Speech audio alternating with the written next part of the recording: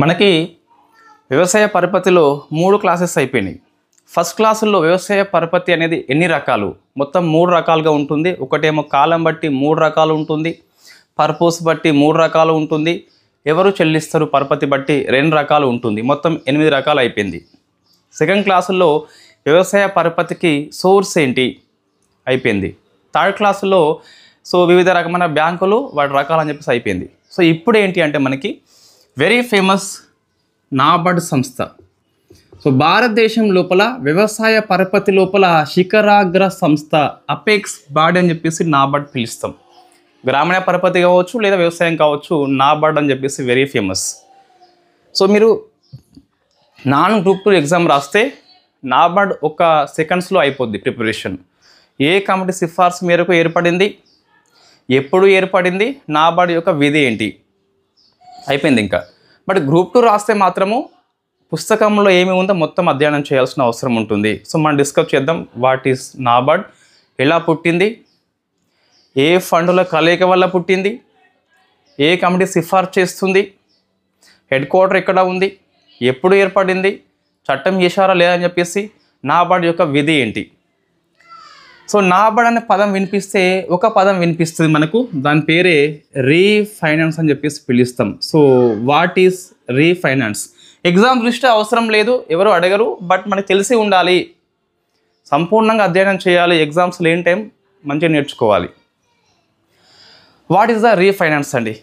First మనకి బ్యాంకులకి డబ్బు ఎలా వస్తుంది, లోన్స్ ఎలా ఇస్తుంది అని చెప్పి చూస్తే, బ్యాంకులకి డబ్బు ఇచ్చేది నేనే, అంటే మనలాంటి మనుషులు లోన్స్ ఇన్ఫ్యాక్ట్ డిపాజిట్ చేసుకుంటారు అన్నట్టు. నేను, ఇంకొకరు వీళ్ళంతా బ్యాంకులో వెళ్ళి డిపాజిట్ చేసుకుంటారు. బ్యాంకులో మన డబ్బులు అయితే వస్తాయి, ఇట్లా డబ్బులు వస్తాయి. ఈ డబ్బుల్ని మొత్తం లోన్స్ రూపంలో ఇవ్వచ్చా? బ్యాంకు ఇవ్వరాదు. There is a CRR, there is a SLR. ఇవి ఏంటి అడగద్దు, మనకి బ్యాంకింగ్ పాఠంలో వస్తుంది. ఇవి పోగా మిగిలిన అమౌంట్ని లోన్స్ రూపంలో ఇచ్చుకోవచ్చు. ఇన్ఫ్యాక్ట్ మొత్తం 3 రూపాయలు ఉన్నాయి అనుకోండి, ఒక ఆయన వచ్చిండు లోన్ తీసుకున్నాడు, కంగ్రాట్స్ వెళ్ళిపోయిండు. ఇంకో ఆయన వచ్చిండు లోన్ తీసుకున్నాడు, కంగ్రాట్స్ వెళ్ళిపోయిండు. ఇంకో ఆయన వచ్చిండు లోన్ తీసుకున్నాడు, అగైన్ కంగ్రాట్స్ వెళ్ళిపోయిండు. ఇంకో ఆయన వచ్చిండు లోన్ అడిగిండు, there is no money, bank అంటుంది నో మనీ అని చెప్పేసి, వీడు అంటాడు ఐ వాంట్ లోన్ అని చెప్పేసి. ఇతనికి వ్యవసాయం చేయాలని బాగా ఇంట్రెస్ట్ ఉన్నది. ఎస్బీఐకి అర్థమైంది. అప్పుడు ఎస్బీఐ లోన్ ఇవ్వాలని చెప్పేసి లోపల ఉన్నది, మనీ లేదు కాబట్టి ఈ బ్యాంక్ అని చెప్పేసి ఎస్బీఐ నాబార్డ్ సంస్థని అప్రోచ్ అవుతుంది. ఎట్లా అప్రోచ్ అవుతుంది అంటే, నేను 3 రుణం ఇచ్చిన, నాబార్డ్ అంటుంది ప్రూఫ్ ఏంటి, ఐ వాంట్ ప్రూఫ్. అప్పుడు ఈ లోన్ పత్రం చూపిస్తుంది, ఇది చూపిస్తుంది, ఇది చూపిస్తుంది. నా దగ్గర మనీ ఉంది బట్ బయట ఇచ్చిన, ఇంకోటి వచ్చిండు వానికి పని అవసరం ఉన్నది, లోన్ అవసరం ఉన్నది. అప్పుడు ఈ అమౌంట్ని నాబార్డ్ అడ్జస్ట్ చేస్తుంది ఎస్బీఐకి. దిస్ ఈజ్ కాల్డ్, ఈ ఎస్బీఐ ఇతనికి లోన్ ఇస్తుంది. This is called refinance.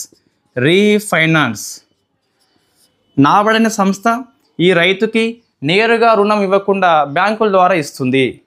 అది ఏ బ్యాంక్ కావచ్చు, మనకి కోఆపరేటివ్ బ్యాంక్ కావచ్చు, ఆర్ఆర్బీ కావచ్చు, కమర్షియల్ బ్యాంక్ కావచ్చు. దీన్ని మనము రీఫైనాన్స్గా పిలుస్తాం.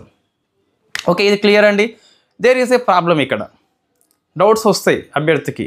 మరి ఈ ఎస్బీఐ నాబార్డ్కి ఎప్పుడు చెల్లిస్తుంది? ఒకవేళ వీడు ఈ లోన్ని ఎన్పిఏ చేస్తే, ఏంటి ఎన్పిఏ అంటే నాన్ పర్ఫార్మింగ్ అసెట్స్, నిరర్ధక ఆస్తి అని చెప్పేసి తెలుగులో పిలుస్తాం. నువ్వు లోన్ తీసుకున్నప్పుడు 90 రోజుల పాటు, ఒక త్రైమాసికం పాటు నీ ప్రిన్సిపల్ అమౌంట్, నీ ఇంట్రెస్ట్ అమౌంట్ బ్యాంకుకి పే చేయకుంటే ఆ ఆస్తిని బ్యాంకులు ఎన్పిఏగా అనౌన్స్మెంట్ చేస్తాయి. ఇది ఎన్పిఏగా అయిపోతే, వీడు ఈ బ్యాంక్కి ఎగొడితే, ఈ బ్యాంకు నాబార్డ్కి ఎట్లా ఇస్తుంది అంటే, అప్పుడు బ్యాంకింగ్ లాస్ అయినట్టే మీకు.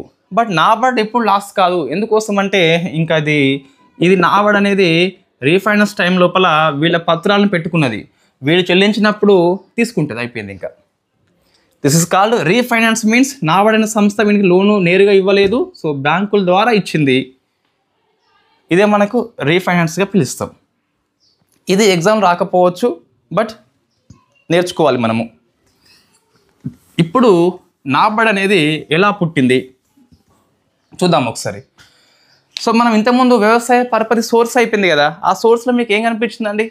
కమర్షియల్ బ్యాంక్ కనిపించింది, గవర్నమెంట్స్ కనిపించినాయి, కోఆపరేటివ్ బ్యాంక్ కనిపించింది, అండ్ ఆర్ఆర్బి కనిపించింది.